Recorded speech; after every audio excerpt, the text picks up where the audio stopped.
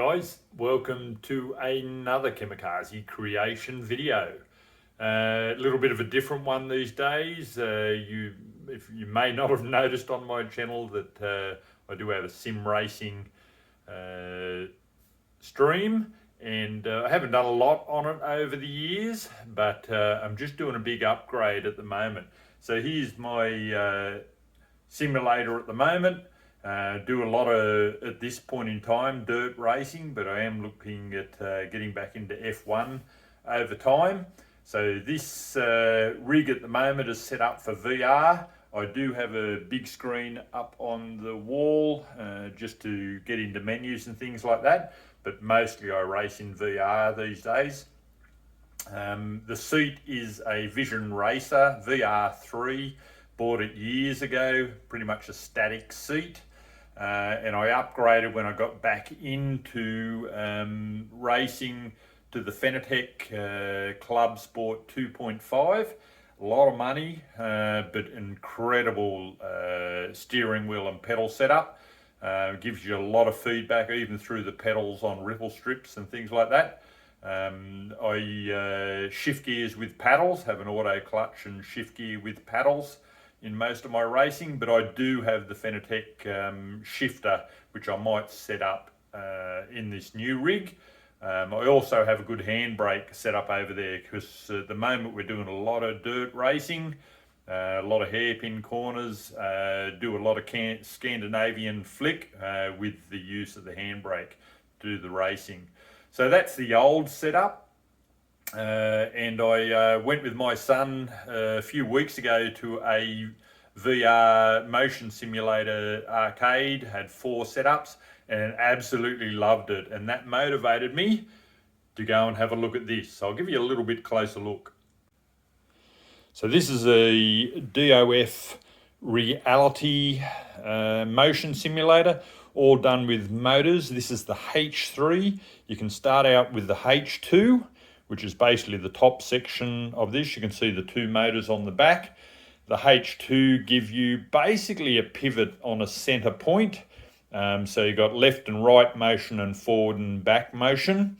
With the 3 setup, it's got a bottom base, and you can see down here the wheel setup. So it'll give you traction loss with this motor, so your sideways action on the rig.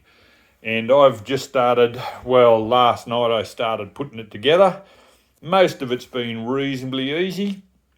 It's as heavy as those motors weigh big time.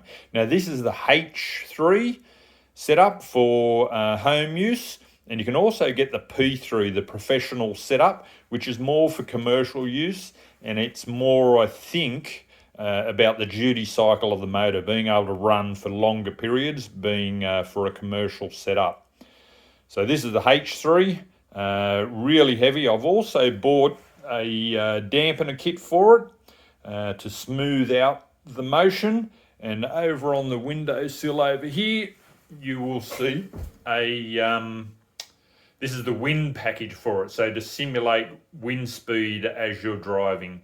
The main reason I got that is because I like to have some air blowing over me while I'm racing in VR, because you can get a bit of motion sickness, and I have experienced that when I first started racing in VR. There's my VR headset sitting there. It's an Oculus Rift S. So just that little bit of air blowing over me helps with the symptoms of motion sickness.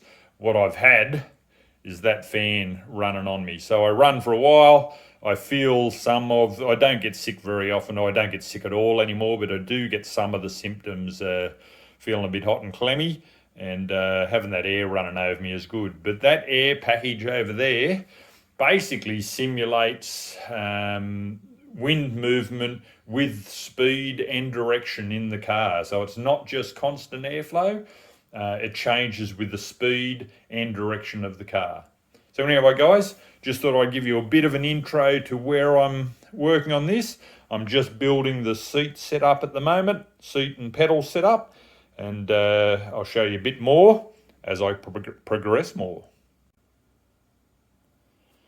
So I've started pulling apart the old stationary rig, pulled the seat off that because the DOF Reality unit doesn't come with a seat. They provide the seat base, and absolutely stoked. The seat fitted on perfectly onto the frame they supplied. They supply up to here, and this is my old seat. Had the seat rails on it, and the holes matched up fine, and she bolted in beautifully. So there's about 4 levels that you need to go through on the assembly of this. The first level was the base unit. So you can buy the DOF2, which is this level up here with 2 motors, which is basically pivots on a gimbal up under the seat. So it gives you forward and back and left and right. And you can upgrade from the 2 to the 3 and just buy the seat slider, which is basically this motor here running on these wheels and slides on that base plate. So that's the this is the first level I built, because I bought the 3 and then I built up the DOF2 on top of that. Then I built the main frame, the seat goes on, and now I'm starting to fit up all of the parts on it. So I've fitted the seat up. I haven't put the steering wheel base on yet. I've got the pedal base on. So I'm just about to start pulling my Fanatec wheel and pedals off the old unit, and then I'll place the new unit in position and go from there.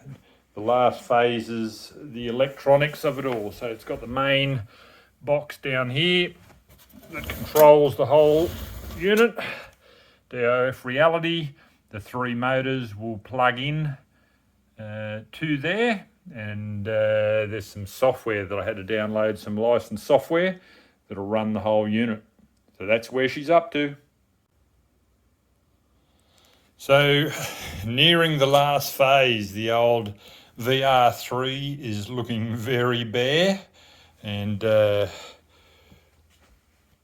DOF Reality H3 is looking pretty damn good, looking set up. So I'm just going to move the old VR3 out of the way and start to set this mighty beast up. And then I've got to look at the software and electronics to get the thing running. But I've got the Fanatec pedals on, the steering wheel, and really it's just plugging a few cables in there. And I've got to tune the software in that came with the motion base. Looking good.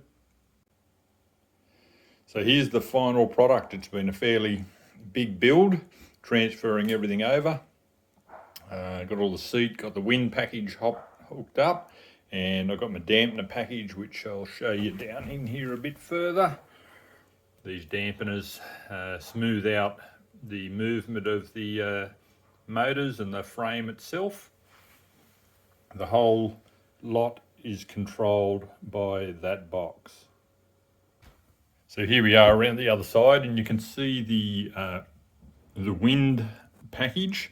It basically simulates the movement of air as you go faster in the car. It's a pretty basic setup, and I've got it mainly because I like a bit of air blowing over me when I'm racing, especially in VR. Keeps the motion sickness at bay, and that's all again controlled by a little device down here. It plugs in and links into the Sim Studio software. So she's looking really good. It's just an awesome bit of gear. I'll throw a few videos on there of the whole unit working, and you can see the movement. Obviously, because I'm in VR, you don't get any of the vision or the sound, because I've got it all going through my VR headset.